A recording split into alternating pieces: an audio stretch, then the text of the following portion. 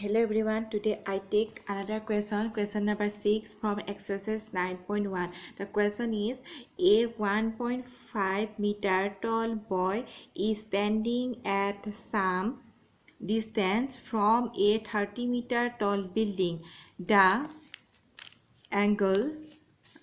angle of elevation from his eyes to the top of the building increases from 30 degree to 60 degree as he walks towards the building. Find the distance he walked towards the building.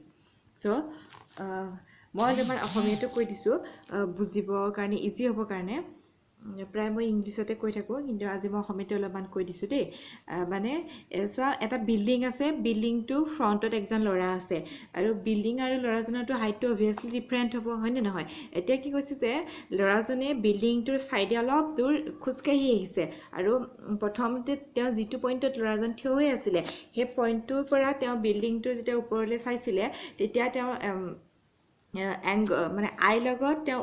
মানে যেতিয়া ওপৰলৈ আমি যদি চাওঁ তেতিয়াহ'লে আমাৰ কি হয় মুখখন আমি ওপৰ কৰি দিওঁ ন তেতিয়া আমাৰ তেওঁৰ চকু আৰু বিল্ডিংটোৰ টপ মোচনৰ লগত এংগলটো আছিলে 30 ডিগ্ৰী এংগল ক্ৰিয়েট কৰিছিলে তাৰপাছত কি ল'ৰাজন অলপ দূৰ খোজকাঢ়ি আহিলে বিল্ডিংটোৰ ফালে খোজকাঢ়ি অহাৰ পাছত মানে এই যে এংগলটো কিমান ডিগ্ৰী হ'ল 60 ডিগ্ৰী হ'ল নেক্সট পইণ্ট এতিয়া আমাক কুৱেশ্যনত আস্কিং কৰিছিলে তেওঁ অৰিজিনেল পইণ্টৰ পৰা কিমান ডিষ্টেঞ্চ বিল্ডিংটোৰ ফালে খোজকাঢ়ি আহিলে এতিয়া চোৱা কুৱেশ্যনত দিয়া আছিল যে বিল্ডিংটোৰ হাইট হৈছে 30 মিটাৰ আৰু ল'ৰাজনৰ হাইট হৈছে 1.5 মিটাৰ চ' এই কুৱেশ্যনত দিয়া ইনফৰ্মেশ্যনৰ ভিত্তিত মই এই ডায়েগ্ৰামটো ড্ৰ কৰিছোঁ এইটো চোৱা এইটো দেখিছানে CD এই CDটো হৈছে এটা বিল্ডিং লৈছোঁ CD ডায়াগ্ৰামটো ভালকৈ ধৰিব পাৰিছানে চোৱাচোন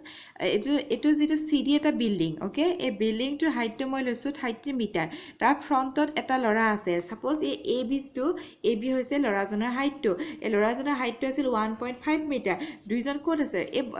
বিল্ডিংটো আৰু ল'ৰাজন ক'ত আছে একচুৱেলি ষ্টেণ্ডিং ক'ত হৈ আছে গ্ৰাউণ্ড লেভেলত অভিয়াছলি গ্ৰাউণ্ড লেভেলতে ষ্টেণ্ডিং হৈ থাকিব হয়নে তো এতিয়া চোৱা এইটো ছাপ'জ ল'ৰাটোৰ হেডটো ল'ৰাজনৰ হেড তো ইয়াৰ পৰা মই পেৰেলেলি এটা লাইন ড্ৰ কৰিছোঁ ইয়ালৈ দেখিছেনে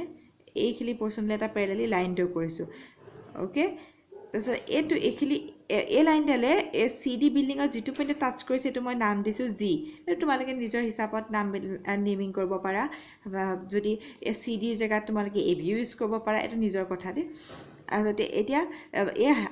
যিটো হেড মানে ল'ৰাজনৰ যিটো হেড এতিয়া ইয়াতে যদি ষ্টেণ্ড হৈ থাকে তেতিয়া ওপৰ ফালে তেওঁৰ মূৰটো হ'বনে নহয় মাথাৰ পৰা মই এইটো পেৰেলেলি এটা লাইন ড্ৰ কৰিছোঁ ছাপ'জ এই লাইনডালে CD বিল্ডিঙত G পইণ্টত টাচ কৰিছে তাৰপিছত এতিয়া চোৱা যদি এই AB ল'ৰাজন যেতিয়া এইটো চাইডে খোজকাঢ়ি আহিব তেতিয়াহ'লে AB আৰু EF তেওঁ মানে ABৰ পৰা তেওঁ আহিলে F পজিশ্যনত তেতিয়াহ'লে ইয়াত মই নামটো চেঞ্জ কৰি দিছোঁ কাৰণ যিহেতু পজিশ্যনটো চেঞ্জ হৈছে সেইটো কাৰণে পজিশ্যন চেঞ্জ হৈছে কাৰণে অৰিজিন পজিশ্যনটো চেঞ্জ হৈছে কাৰণে ইয়াত পইণ্টটোৰ নামো চেঞ্জ হ'ব অভিয়াছলি তো এইটো কি হ'ল যে AB পজিশ্যনৰ পৰা তেওঁ এই পজিশ্যনটোত আহিলে তো অহাৰ লগে লগে এইখিনি EF2 আৰু AB সমান হ'বনে নাই তো এইখিনি 1.5 হ'ব তেনেকৈ এই পেৰেলেলি মই যিহেতু এই লাইনটো CDলৈকে ড্ৰ কৰিছিলোঁ GD যিটো GD পৰ্চন আছে এইটো ইয়াৰ সমান হ'ব EFৰ সমান হ'ব তো এই পৰ্চনটো কিমান হ'ব 1.5 মিটাৰ হ'ব হয়নে এই পৰ্চনটো 1.5 মিটাৰ হ'ব তাৰপাছত আমি CG পজিশ্যনটো আমি এবাৰ উলিয়াই ল'ব লাগিব কাৰণ আমি CDটো 30 মিটাৰ হয় হয়নে CDটো 30 মিটাৰ হয় তো আমি CG পজিশ্যনটো আমি তেনেকৈ উলিয়াই লওঁ অ'কে তো এতিয়া চোৱা তাৰপিছত কি হ'ল এই পজিশ্যনটোৰ পৰা ল'ৰাজনে যেতিয়া ওপৰলৈ চাব তেতিয়াহ'লে তেওঁৰ আই কণ্টেক্টৰ লগত এই পইণ্টটো মানে বিল্ডিঙৰ টপ পৰ্চনটোৰ যিটো এংগল ফৰ্ম হৈছে এইটো হৈছে কিমান 30 ডিগ্ৰী তো তাৰপাছত তেওঁ যেতিয়া এই পইণ্টটোলৈ আহিছে এংগলটো কিমান হৈছে 60 ডিগ্ৰী এইখিনি ইনফৰ্মেশ্যন লৈ আমি ল'ৰাজনে এই পৰ্চনটোলৈ আহোঁতে এই পৰ্চনৰ পৰা মানে এই যিটো পজিশ্যন আছে তাৰ পৰা যদি F পজিশ্যনলৈ তেওঁ ৱাকিং কৰি আহিলে তেতিয়া কিমান ডিষ্টেঞ্চ খোজকাঢ়ি আহিলে এইখিনি কিমান ডিষ্টেঞ্চ তেওঁ আহিলে ৱাকিং কৰিলে এইটো আমি উলিয়াব লাগে এইটো হৈছে আমাৰ কুৱেশ্যন আৰু ইনফৰ্মেশ্যন মাত্ৰ আমাৰ এইখিনি দি থোৱা আছে with the help of this information we can find out this distance understand so এতিয়া চাওঁচোন আহা কেনেকৈ কৰিছোঁ so now see মই লিখিলোঁ let the boy initially stand at point A with inclination 30 degree and then he walks to the point F with inclination 60 degree. Yes or not? মই এটা কৈছিলো ন A পজিশনত তেওঁ এটো inclination angle আছে 30 degree তাৰ পৰা তেওঁ কোনটো পজিশনত আহিলে F পজিশন তাত আমাৰ এংগলটো কিমান হ'ল 60 degree. That is AB be the height of the boy. Yes or not? AB be what? AB be the height of the boy. So boy height to kiman asil AB equal to 1.5 meter. So tar pasot e figure pura moi e angle to likhisu GBC. Kuntu etu G point asile ne? Etu G point GBC.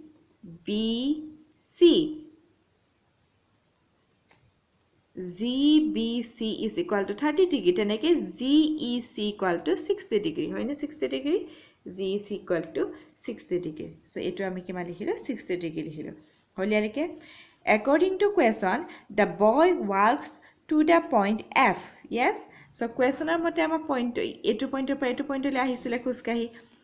So the boy walks to the point F, that is AB equal to EF is equal to 1.5 meter. That means what? A position le aha lage lage jete lorajon AB position to pora F position le ahile then this equal to this all. So this equal to 1.5 meter whole. Understand? 1.5 meter. So next ahile ki CD be the building. A to building ar kotha kaise. CD hoine CD to amar kise building. So CD is equal to kima 30 meter. So moi ki likhilo swa CD equal to 30 meter. So tar pisot chaba AB equal to EF is equal to GD equal to 1.5 meter. Etu ma olabagat koisilo je A portion to AB is equal to EF is equal to GD. So a tinta bostu jehetu eke equal hol tete hole ami jano boy height to 1.5 meter tete every is equal to how much 1.5 meter. So this equal to how much kami 1.5 meter kami. So after then you see CG. So এই information খিলি পৰা আমি CG value তুলি আইছো আকো মই বা ডায়াগ্রামটো দেখাই দিছো সোয়াচোন CG মানে কোনটো এটো হয়নে CG মানে এই পোরশনটো এটা সো আমি CD ভ্যালুটো জানো আৰু GD ভ্যালুটো জানো তেতিয়া হলে আমি CG টো লিয়াব পাৰিম নে CG ইকুয়াল টু কিমান হ'ব CD - GD মানে এই গুটে বিল্ডিংৰ যেটো হাইট তাৰ পৰা যদি আমি এইখিনি বস্তু মাইনাস কৰি দিও তেতিয়া হলে আমি CG টো পাম নে হয়নে নহয় সো কি লিখিলো CG is equal to CD minus GD. So CD value to আমি কিমান পাইছিলো 30 minus GD is equal to 1.5 meter. So এটু পৰা এটু মাইনাস কৰাচোন কিমান পাবা 28.5 meter. এটুটো মাইনাস কৰিব জানিবে হয়নে সো তাৰ পাছত চোৱা AF be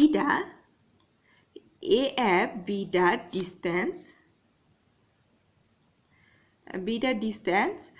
boy walk towards the building. AF be the distance boy walk towards the building. So AF means what? So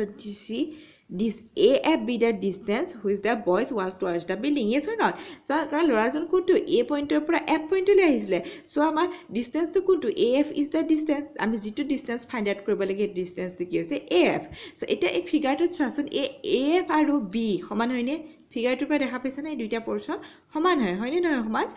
দুটা প্যারালালি আছে বাট দুইটাৰ লেন্থটো সমান হয় সো এটা মই ইয়াত কি লিখিলো চোৱাচোন so AF is equal to question mark that means আমি ইয়াৰ ভ্যালুটো ফাইন্ড আউট কৰিব লাগে from figure AF is equal to B yes or not মই এটা জাস্ট দেখালো না similarly AD is equal to BC AD কত আছে চোৱাচোন AD এটা ঠিক আছে AD A লাইন ডাল A পৰা D is equal to BC হয়নে হয়নে যদি AF is equal to B তেনেকে AD is equal to কিমান হ'ব BC এই দুটা পোরশন কি হ'ব ইকুয়াল হয় না প্যারালালি আছে বাট ডিসটেন্স টু ইকুয়াল ফিগাৰৰ পৰা হয়নে নহয় ইকুয়াল তো এতিয়া সোয়া from triangle CGB এটা আমি যেটো ইনফরমেশন আছে সো ইনফৰমেশনৰ ভিতৰৰ পৰা আমি বস্তুটো যদি উলিয়াব লাগে তেতিয়া ট্ৰিগোনোমেট্ৰি ইউজ কৰি তেতিয়া আমি কি কৰিব লাগিব ইয়াৰ এই ফিগাৰটো যেটোটা ৰাইট এংগল ট্ৰায়াঙ্গল আছে এটোটা আমি হেল্প ল'ব লাগিব তো এই কোৱেশ্চনত কোনটোটা ৰাইট এংগল ট্ৰায়াঙ্গল চোৱাচোন এটা ৰাইট এংগল ট্ৰায়াঙ্গল আছে CGE and another right angle triangle is CGB yes or not দুটা right angle triangle আছে one is the CGE another is the CGB yes so first I take the right angle triangle CGB kuntu right angle triangle loisu CGB etu right angle triangle loisu tar pasot moi ki use korim ei jetu angle ase 30 degree ei angle tu moi 10 use korim tan of 30 degree. So any angular আগতে মই বহুতটা ক্লাছত কৈ আহিছো আগৰ ভিডিওবিলাক চাই লবা এবাৰ আগৰ ভিডিওটো মই কৈ আহিছো যদি আমি কোনো এটা angular tan ইউজ কৰো তেতিয়া হলে আমি তাক ইউজ কৰিম tan যদি আমি লও এটা angular সৰি আৰু এবাৰ চোৱা এটা যদি আমি এটা angular tan ইউজ কৰো ওকে যদি কোনো angular মই tan লও tan is equal to আমাৰ কিমান হয় tan is equal to perpendicular divided by base. Tan is equal to how much? Perpendicular divided by base. মানে সেই angle to perpendicular.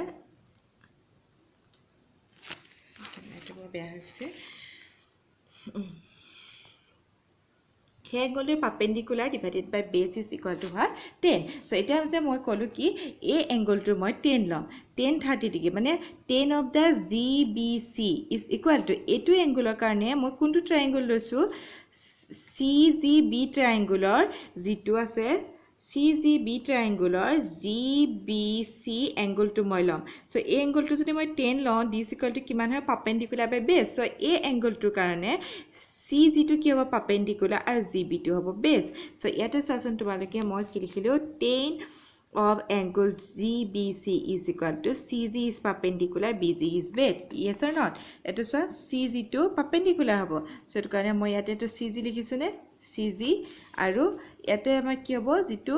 BG আছে BG to কি হ'ব base so divided by BG লিখিছো হয়নে so 10 GBC so GBC means GBC is equal to 30 degree আগতে লিখি থোৱা আছে GBC equal to 30 degree হয়নে so D is equal to 30 degree লিখিছো so D is equal to CG in place of CG I place the 28.5 so yes or not CG value to উলিয়াই থোৱা আছে আগত